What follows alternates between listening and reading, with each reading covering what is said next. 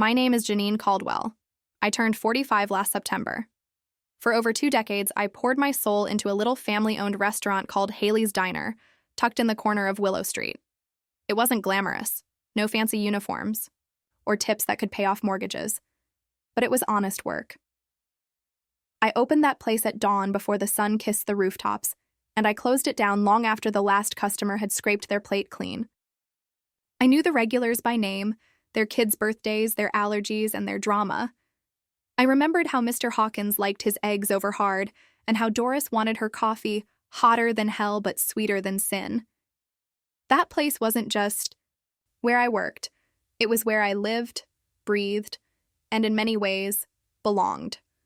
Or so I thought. 3 months ago, my world cracked open. It was a Wednesday. Slow morning, gray skies, nothing out of the ordinary. I was wiping down table 6 when my manager, Claire, strutted in like she was auditioning for a reality show. Claire was younger than me by a solid 15 years and made sure everyone knew it. She came in late, left early, and spent more time scrolling on her phone than checking the kitchen. Still, she had the owner, Ted, wrapped around her manicured finger. Something about being his goddaughter. That day, her lips were pursed, her heels clacking on the tiles, and her eyes locked on me like I'd scratched her brand new car. "Janine," she called out, voice sharp as vinegar. "Can I see you in the office for a sec?" I followed, wiping my hands on my apron, stomach already tight. She didn't offer me a seat. She stood behind the desk, arms crossed like she was about to lecture a teenager. "There's been a complaint," she began. "A customer says you took a tip from their table and pocketed it before it could be split." I blinked. "Excuse me? You heard me." "Ted's reviewing the footage now. It doesn't look good." I felt my chest tighten. I hadn't done anything wrong. I knew the rules. All tips were pooled. It was how we'd always done it. I never cheated, not once in 20 years. But Claire had a smile creeping onto her face that chilled me. She wasn't informing me.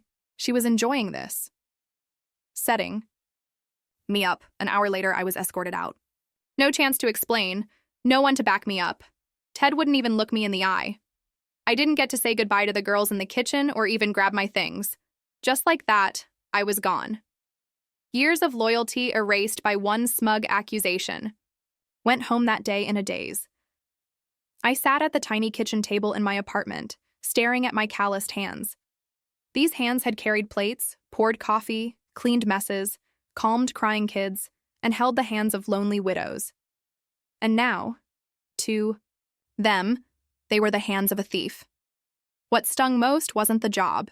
It was the betrayal. Claire had always been snide, but I never thought she'd go that far. I figured maybe she wanted to push me out and bring in someone younger, someone cheaper. And Ted. I had worked side by side with him when the diner was still just 5 booths, and a dream. He didn't even ask for my side. The worst part? No one called. No one checked in. I had disappeared, and the world spun on like I'd never been there.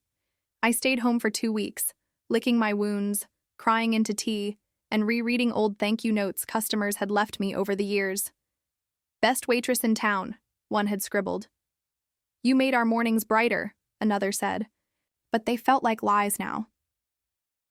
Then, one night, while watching reruns of a cooking show I used to play in the diner, I snapped. Not in anger, in clarity.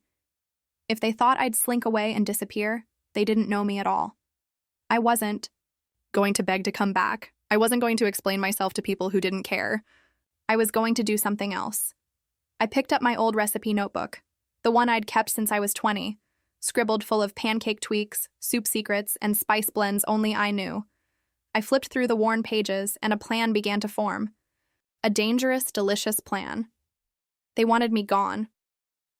I'd come back, but not to rejoin them. No. I was going to build something of my own, and I'd build it so close they could see it from their windows. I wanted Claire to watch every customer that walked out of Haley's Diner and into mine. They took my job. I was going to take their reputation, their regulars, and eventually, everything. The first thing I did was walk, yes, walk, right back to Willow Street. Not to Haley's Diner. Not yet. I didn't even glance at the building as I passed by. Instead, I turned the corner and found myself standing in front of a tiny, boarded-up sandwich shop that had been closed for almost a year. Pete's Subs still hung on a weather-beaten sign, the letters faded and the window smudged with grime. But I didn't see the decay. I saw potential. I saw freedom. I saw the look on Claire's face when she realized where I was setting up shop. The next day, I found the landlord's number taped to the inside of the door. Mr. Livingston, retired, grouchy, but fair, met me that afternoon. He squinted at me through thick glasses as I explained my idea. A small breakfast and lunch joint, homemade recipes, same cozy vibe but with better food, and none of the fake smiles. "You ain't got much space," he warned. "Won't be cheap." "To fix up." I smiled. "That's all right. I'm not here for space. I'm here for soul." 2 weeks later, I signed the lease. I cashed out most of my savings, dipped into the tiny fund I'd set aside for rainy days, and even sold off a few old rings I didn't wear anymore. It wasn't easy watching my bank account shrink like a puddle in the sun, but every dollar gone meant one step closer to building something that couldn't be taken from me. I called it Janine's Table, because that's what it would be. Not a business, a table. For people who wanted warmth, real food, and someone who remembered their name. The renovation was grueling. The walls were a mess, the floorboards creaked, and the plumbing laughed in my face, but I rolled up my sleeves, scrubbed, painted, hammered, and glued. I watched YouTube tutorials on how to fix sinks and learned the hard way how not to wire a light fixture. My fingers bled, my back screamed, but I kept going. Because every nail I drove into that wall, I imagined it going straight into Claire's ego. I wasn't alone either. Funny thing happens when you've spent your life treating people kindly. They remember. One by one, the old customers started showing up. Not because I told them what happened, I didn't need to. Word travels fast in small towns, and apparently Claire's smugness had rubbed more than just me the wrong way. "Heard what they did," Mr. Hawkins said, stepping in with a tool belt around his waist. "Don't like injustice. Thought you might need a hand." Doris brought me curtains she sewed herself. Paula from the bakery down the road sent over leftover pastries every morning, so you don't start your day hungry. No one asked questions. No one pitied me. They simply showed up. For me. And that fueled me more than caffeine ever could. By the start of the 3rd month, Janine's Table was ready. Nothing fancy, 6 tables, 4 booths, an open kitchen, and a chalkboard menu. But it was mine. All mine. I chose to open on a Monday, same time as Haley's Diner, same hour, same street. When I unlocked the doors and flipped the open sign, I didn't know what to expect. Maybe a few curious faces. Maybe silence. Instead, I saw a line. A real line. Stretching down the block. People holding coffee cups wrapped in scarves. Laughing, waving. I swallowed a lump in my throat. I had told myself this wasn't about revenge, it was about rebuilding. But as I watched Doris hug a neighbor and point proudly at the sign above my head, I realized something. It could be both. The first week was chaos in the best way. I burned toast, ran out of bacon, knocked over an entire tray of orange juice. But no one cared. They joked. They helped clean. They tipped generously. By the end of the day, my tip jar was so full it looked like it might explode. I never once mentioned Haley's Diner. I didn't badmouth Claire. I didn't need to. Customers did it for me. Food tastes better when the staff isn't glaring at you. This place has heart, that place has attitude. I just smiled and kept flipping pancakes. But something interesting happened by week 2. One of the servers from Haley's, Marcia, came in for lunch. I raised an eyebrow and she looked sheepish. "Don't worry," she said. "I'm not here to spy. I'm here to eat. And maybe ask if you're hiring." I didn't answer right away. She added, "Claire's been unbearable since you left. She thinks she's untouchable now. But customers are leaving. They say it's not the same without you. I think Ted's starting to panic." That night I sat alone, sipping coffee, staring at the wall across the street. I could see Haley's lights flickering in the window. Inside, the place looked emptier than I'd ever seen it. It felt surreal. I had spent most of my adult life in that building. I gave them loyalty, and they tossed me out like a rag. But now they were the ones watching the tide change. The best part? I hadn't even started phase 2 of my plan yet, because you see, Claire's little stunt, falsely accusing me, wasn't just cruel. It was criminal. I had started digging, quietly, carefully. And what I was finding? It was just the beginning. She framed the wrong woman, and soon she'd realize just how badly she miscalculated. A month after Janine's table opened, I began to notice the shift. It started small. An unfamiliar face at table 2. A woman in a blazer and pearl earrings, scanning the menu like she was judging a wine list. Then 2 men in ties, laptops out, whispering to each other between bites of my mushroom omelet. They didn't look like my usual crowd. No paint on their boots, no grocery lists scribbled on napkins. But they paid in cash, tipped generously, and left without asking questions. I didn't give it much thought. Not yet. I was too busy watching Haley's Diner crumble across the street. Their parking lot sat half empty most mornings. I'd hear whispers, Claire snapping at customers, Ted pacing in the back, 3 servers quitting in 2 weeks. Marcia joined me full-time the following Monday. She keeps saying it's a phase, she told me while slicing tomatoes. But Ted's furious. Blames her for losing half the regulars. She blames you. I grinned. She's not wrong. But deep down, I knew this wasn't over. Claire wasn't the type to just lose. She was the type to retaliate. And sure enough, retaliation came. Just not the way I expected. It came in the form of a health inspector. A smug man named Grant with a clipboard, too much cologne, and eyes that scanned every inch of my kitchen like he was hunting contraband. Just a routine inspection, he said, but I noticed how he kept looking at the back door. You sure you're not storing anything off-site? He asked. Freezers? Secondary kitchens? I stared. No. Why? Anonymous tip, he muttered. Claimed your ingredients aren't locally sourced, that you're using expired produce. I nearly laughed. My produce came from Doris's brother's farm down the road. Every delivery was stamped, dated, and double-checked. Still, Grant spent 3 hours in my kitchen, took photos, swabbed countertops, even measured the space between cutting boards, but he found nothing. He left looking disappointed. That's when I knew Claire was scared and desperate, and she should be. Because I wasn't just running a diner, I was building an army, and now I was ready to bring out my secret weapon. See, when Claire accused me of stealing that tip, something about her story never sat right. The footage she showed Ted, I never saw it myself. She said it was blurry but obvious, and Ted, too lazy or too loyal, never pushed for more. But Marcia? She had a memory like a vault. You remember Ricky? She asked one afternoon. The dishwasher who quit last summer. He used to help Claire run the security cameras. Said she didn't know how to access them without his login. I froze. Wait, she couldn't access the system? Marcia nodded. Not unless someone showed her. Ricky left in July. You got fired in August. Unless Claire suddenly became a tech genius overnight. The implication hit me like a brick. Claire couldn't have pulled that footage without help.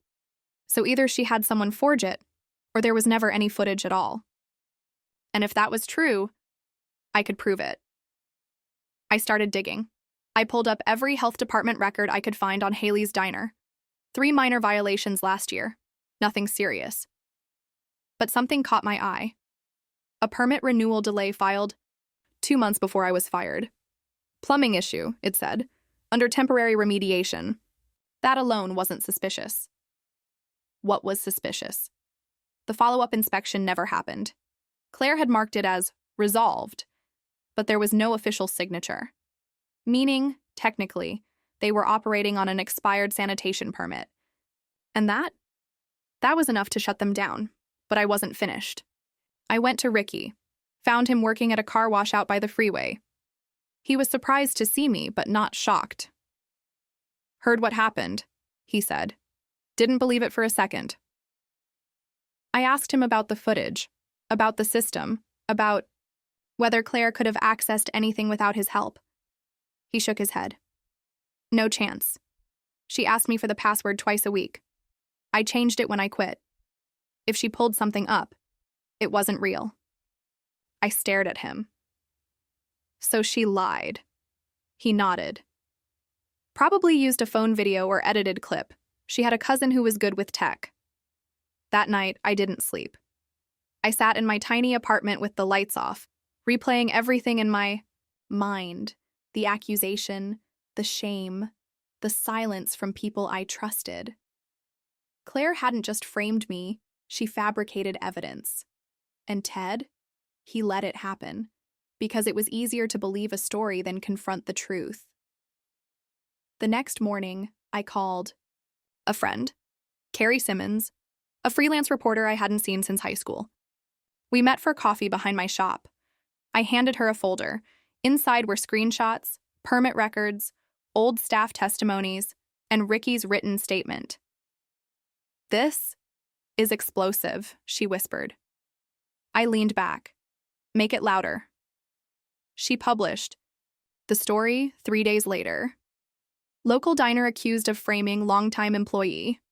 Evidence suggests fabrication and permit violations. It hit the town like a thunderclap.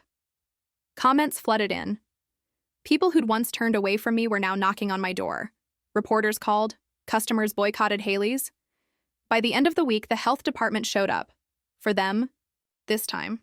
Ted tried to play it cool. Claire tried to smile, but they couldn't smile through padlocks. They shut the place down for administrative review.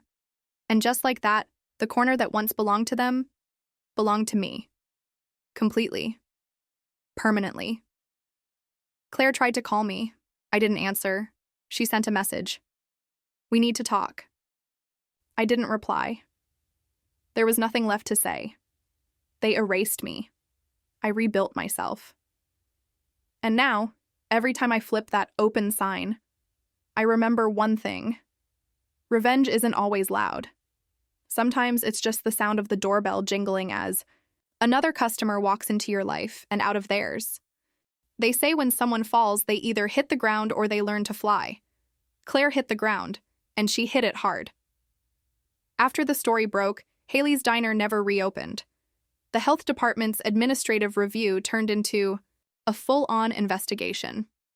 Turns out, the permit wasn't the only thing expired. Their refrigeration system had been out of spec for months. Meat deliveries logged on paper never matched supplier records.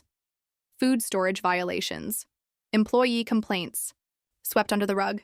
And Claire? Well, she vanished for a while. The PR nightmare, as the town began calling it, was too much for her carefully constructed ego. I heard rumors. She fled to her cousins in Arizona, tried to start over. Ted stuck around, probably too ashamed or too stubborn to admit the truth. I didn't care where they went.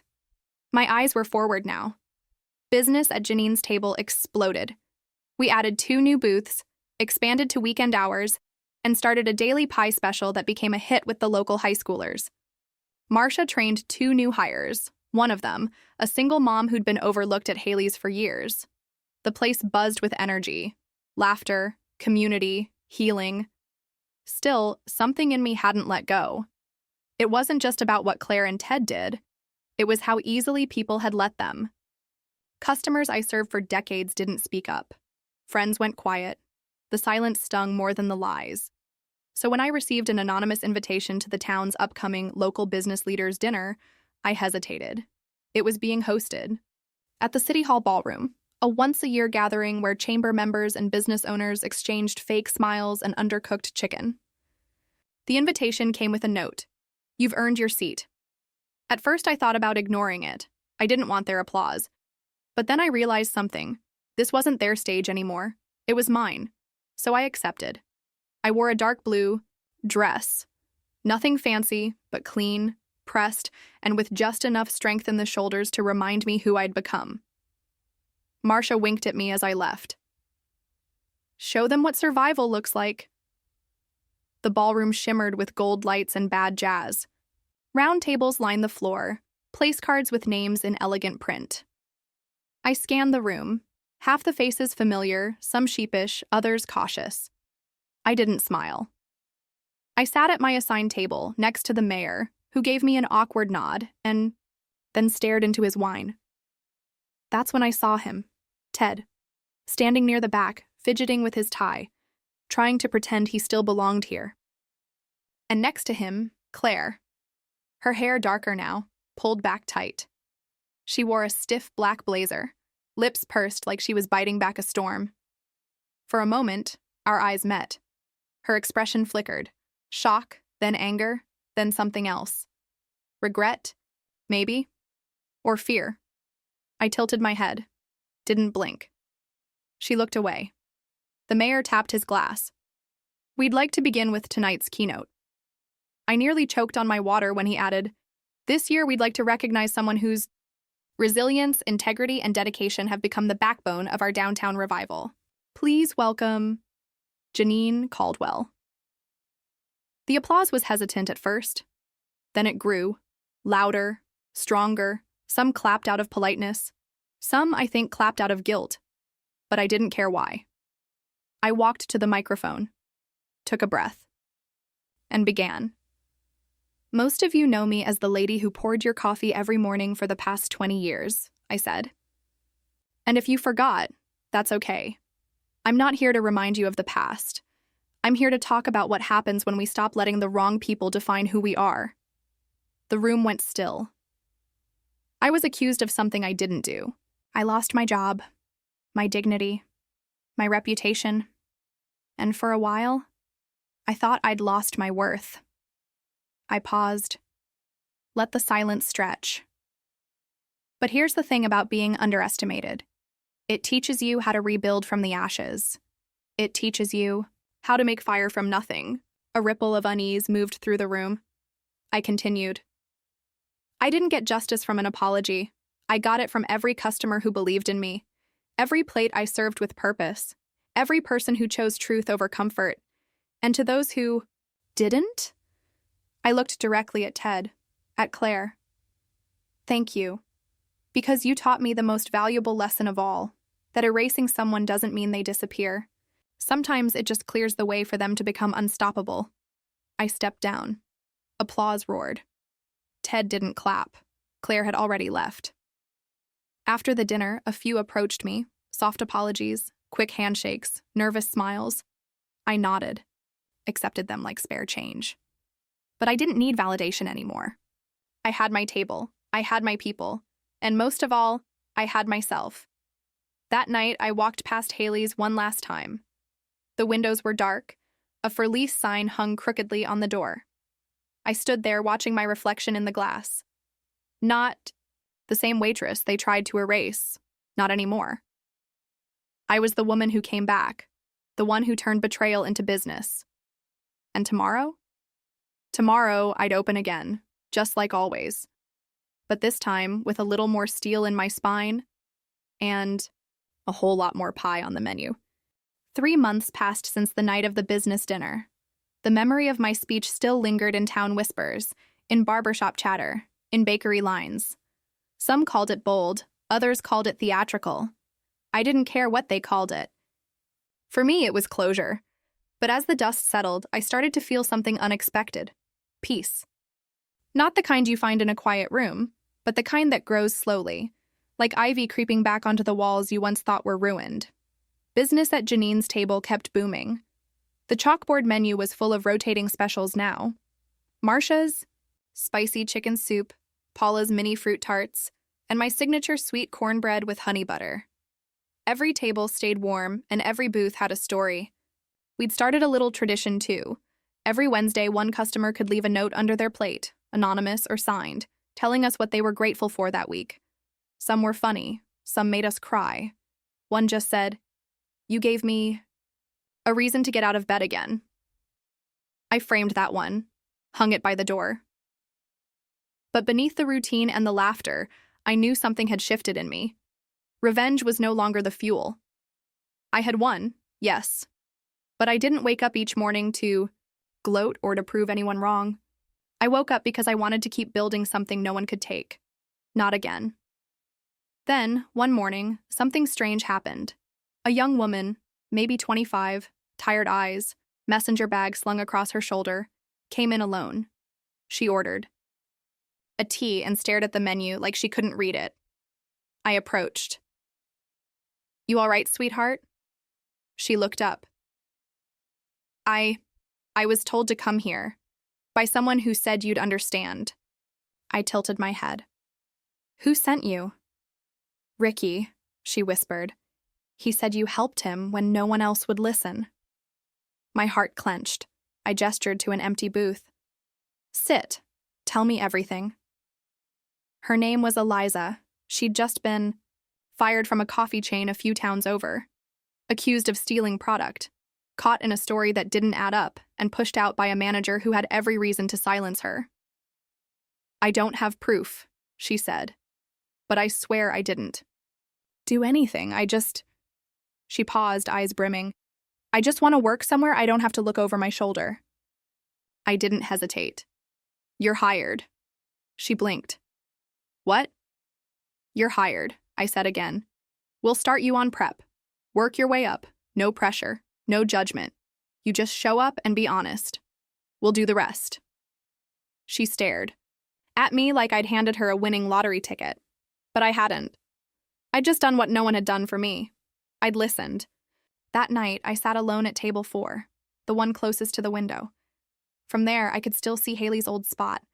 The for-lease sign had been replaced with a demolition notice. They were tearing it down next week. I thought I'd feel triumphant, vindicated, but instead I just felt full. Full of memories. Of the bad, yes, but also of the good. Of the people who came through those doors. The ones who tipped extra when they saw me limping. The ones who brought me flowers after my mother died.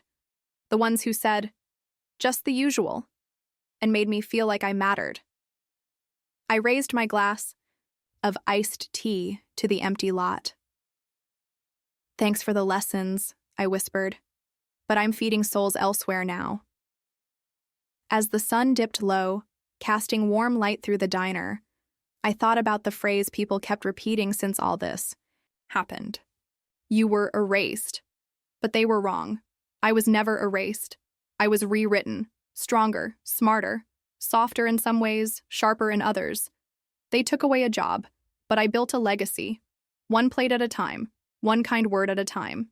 And now, whenever someone sits down at Janine's table, they're not just ordering food. They're claiming a seat in a story about survival, a story about standing back up, a story that says no matter how hard they try, some tables can't be taken, because they were never just built of wood or steel.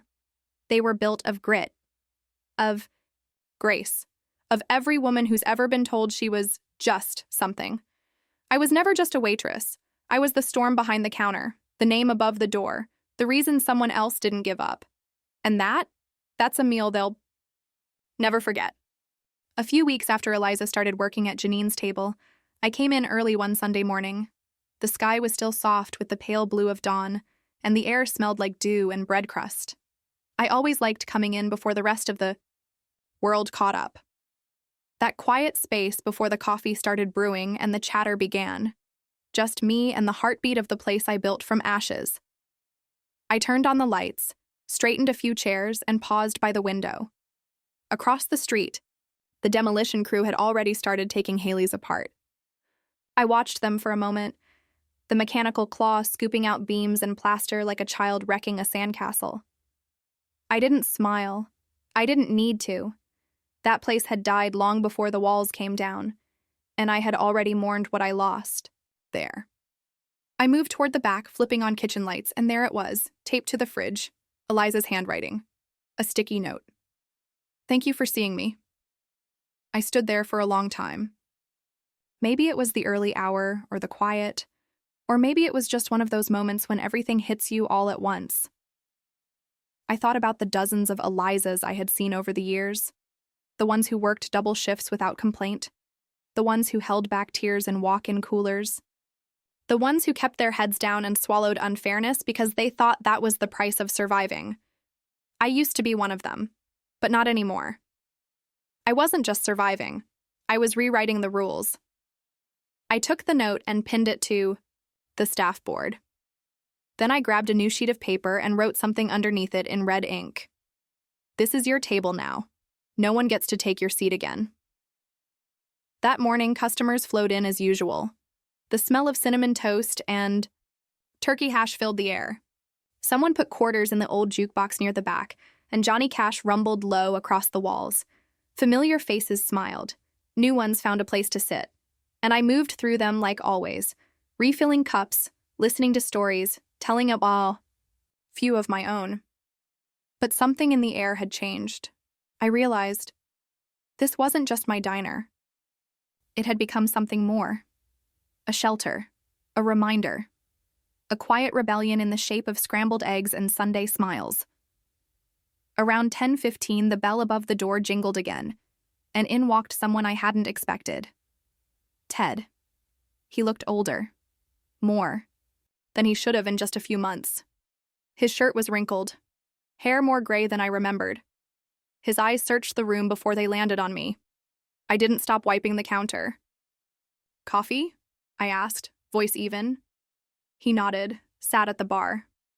"Black," he said, then cleared his throat. I read the article again. I poured without replying. He continued. "I know I should have asked more questions, should have stood up. I guess I thought staying neutral was safer." I placed the cup in front of him. "Neutral only helps the ones doing the pushing." He winced. "You're right." I leaned on the counter. "So, why are you here?" He looked around the diner. "I guess I wanted to see what you built. See what it looks like when someone does things the right way." I didn't gloat. I didn't need to. Instead, I said, "You're not banned, Ted, but you don't get to rewrite history just because you regret the ending." He nodded slowly. "I just came to say I'm sorry." Then he left the money on the counter and walked out. I stood there a moment, letting the sound of the door settle behind him. I wouldn't tell the staff. I wouldn't bring it up again. Some apologies are meant to be heard once, then left where they belong, in the past. That evening, Eliza pulled me aside. "Some customers said you used to work across the street," she said cautiously. "Is that true?" I nodded. "Long time ago." "Do you miss it?" she asked. I thought about it. Thought about the mornings, the regulars, the way I used to run on caffeine and obligation. "I miss who I was before I knew what betrayal tasted like," I said softly. "But I don't miss who I had to pretend to be to survive there." She didn't press, just nodded. Then she reached into her apron pocket and handed me a folded piece of paper. "One of the new girls said you should see this." It was another note, different handwriting, slightly messy. It said, "Thank you for giving people like me a place to be seen. I never thought I'd feel proud putting on an apron." I looked at her. "Who wrote this?" "She didn't sign it," Eliza said. "But I think you already know the answer." I did. It didn't matter who penned it. What mattered was that it existed, that the cycle had broken, that the silence had finally turned into voices. So I added that note to the wall too, right next to Eliza's. And then I stepped outside, stood under the old neon sign glowing above, the diner's front window. The night was cool. A few stars blinked overhead. The town was quiet again. But I wasn't. Not inside. I was full of stories, of fights I'd won, of dignity I'd reclaimed, and of the unspoken promise I now carried. No one gets erased on my watch ever again, not while Janine's table stands.